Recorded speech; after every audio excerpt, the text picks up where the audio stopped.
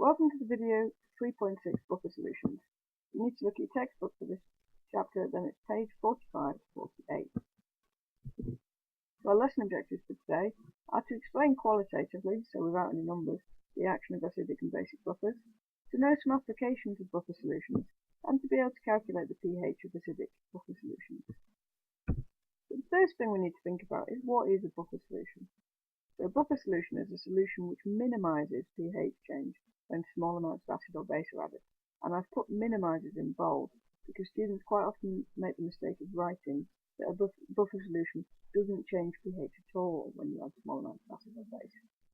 And this isn't true. It does change, but only very slightly. And I've also put in bold the next sentence, which is that buffers only work for small amounts of acid and base being added. So if you add a large amount of acid and base to your buffer, it will change pH. It only works for small amounts. Now the pH of a buffer that you make will depend quite obviously on the chemicals that you use to make that buffer.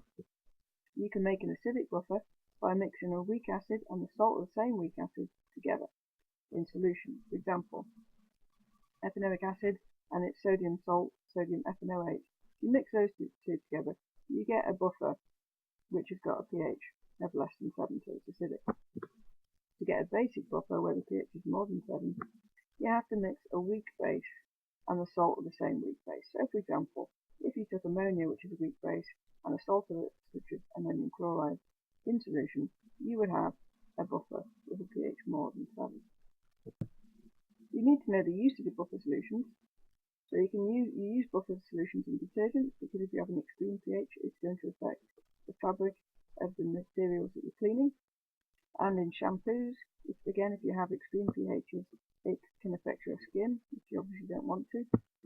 And lastly, blood. It's not really a use because, well, not an intentional one anyway, but the pH of your blood needs to be within a certain range, otherwise it can cause real problems and can be fatal. So you need to be able to describe how buffers work. And to describe how buffers work, you need to think about what we've got. So we've got a weak acid. We're going to concentrate on the acidic one first. If we've got a weak acid, then it only partially dissociates, and we know that because it's in our definition of what a weak acid is. So that means there's an equilibrium setup. You've got HA on the left-hand side, which is your intact weak acid, and it will partially dissociate to give H plus and A minus. But the equilibrium will lie to the left, so mostly you've just got HA molecules there. Now if you have a salt of the weak acid, then it fully dissociates. So that's represented by just a straightforward arrow to the right hand side. So if you put, say for example, sodium ethanoate into solution, you're going to have sodium plus and the ethanoate minus ion.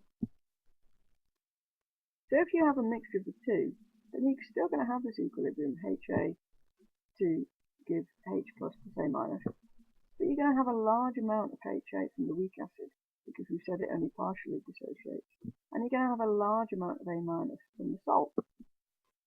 So what this means is that if you add OH minus, which is our base, then the OH minus is going to react to the HA. The OH minus will react to the HA, and therefore the OH minus will be used up. So instead of the OH minus reacting to the H plus, it can react to the HA.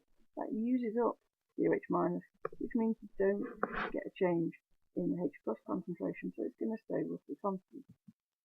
However, if we add acid, if we add H plus, the H plus can react to the A minus to give us some more HA, and therefore the H plus is going to remain roughly constant.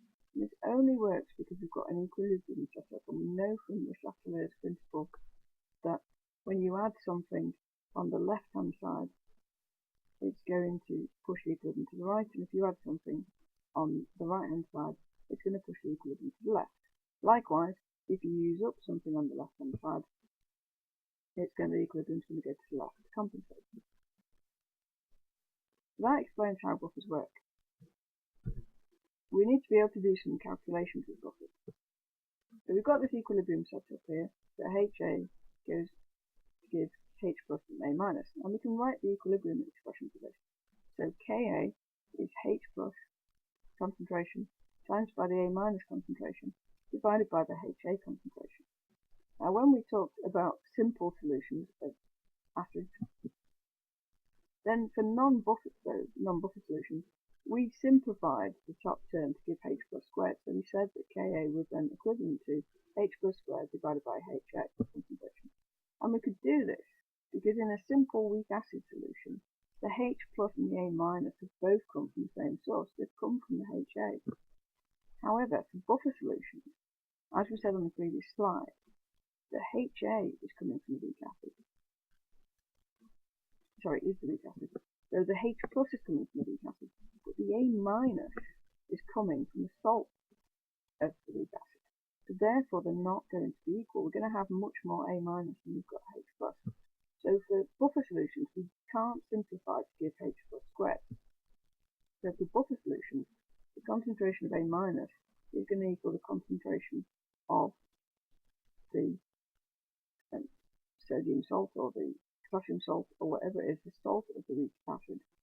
So if we can work out the number of moles of the salt of the weak acid that we've got, then we can work out the concentration of A minus. And then the concentration of HA is just going to be the concentration of the weak acid, because it isn't going to be affected by adding salt. So therefore, if we're given Ka, we can then calculate H plus and therefore pH by rearranging that equation to make H plus the subject. Now with all of this, remember to convert number of moles to concentration. I've put that in bold because quite often students forget to divide by the volume when they've calculated the number of moles, and then this leads to them losing marks. So that's simple buffer calculation, but we can have some more complicated examples. So in more complicated examples, in the simple ones, then you're just given either the concentration of HA and Ma, or you're given the number of moles to work it out. So sometimes instead of being given this, you're given the number of moles of the HA that you've added, and then you're given a number of moles of the base MOH that's added. And when you react the, in this case, metal hydroxide with the weak acid, you're going to get the metal salt of the weak acid. The first thing you have to do is work out what's in excess. You have to work out whether you've got more HA or whether you've got more MOH. Now, in an exam, you'd want it to be that the HA is in excess because this simplifies your calculation. So if the HA is in excess of the weak acid, if there's more of the weak acid than the metal hydroxide, then what you need to do is calculate the number of moles of the weak acid that are left. And this is going to be, because 1 mole, assuming it's group 1 metal, 1 mole of your HA is going to react with 1 mole of the metal hydroxide. So the number of moles of HA that you've got left is going to be the number of moles of HA you had, take away the number of moles of the metal hydroxide. Once you've done this, you can calculate the number of moles of A minus, because that's going to be equal to the number of moles of the metal hydroxide that you added, because each one of those metal hydroxides is going to react with 1 mole of the weak acid to give you your metal salt. And from these, you can then calculate the concentration of the HA and the calculation of the A minus, obviously by dividing by the volume. Remembering that you're normally adding 2 solutions together, so it's going to be the volume, total volume is going to be the sum of both of them. Once you've done that, you can proceed as per the previous slide by rearranging the equation to make H plus the subject, and you can calculate the pH. Now, if the metal hydroxide is in excess, then you've got an extra step. So first of all, you have to calculate the number of moles of OH minus that you've got left over. And to do that, you're just taking the moles of metal hydroxide and taking away how much weak acid you added. Now we can calculate the number of moles of A minus, because that's going to be the number of moles of HA that you've added.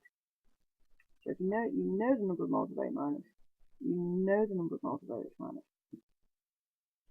Once you've done that, and I've missed off on the slide, but you need to then work out the concentration of the OH minus. Once you've calculated the concentration of the OH minus, you then need to use the Kw expression. So the Kw is equal to OH minus concentration times H plus concentration and you can rearrange that to calculate the concentration of H+, and you'll be given the value of Kw, so don't worry about having to learn that. Once you've done that, you know your concentration of H+, you know your concentration of A-, and then you can proceed as per the previous slide. Back to our lesson objectives. You need to explain qualitatively the action of acidic and basic buffers, know some applications of buffer solutions, and be able to calculate the pH of acidic buffer solutions. So if you're struggling with any of these, then as usual, go back and look over the video or read the textbook. Do something to make sure that when you come into lesson, you fully understand this.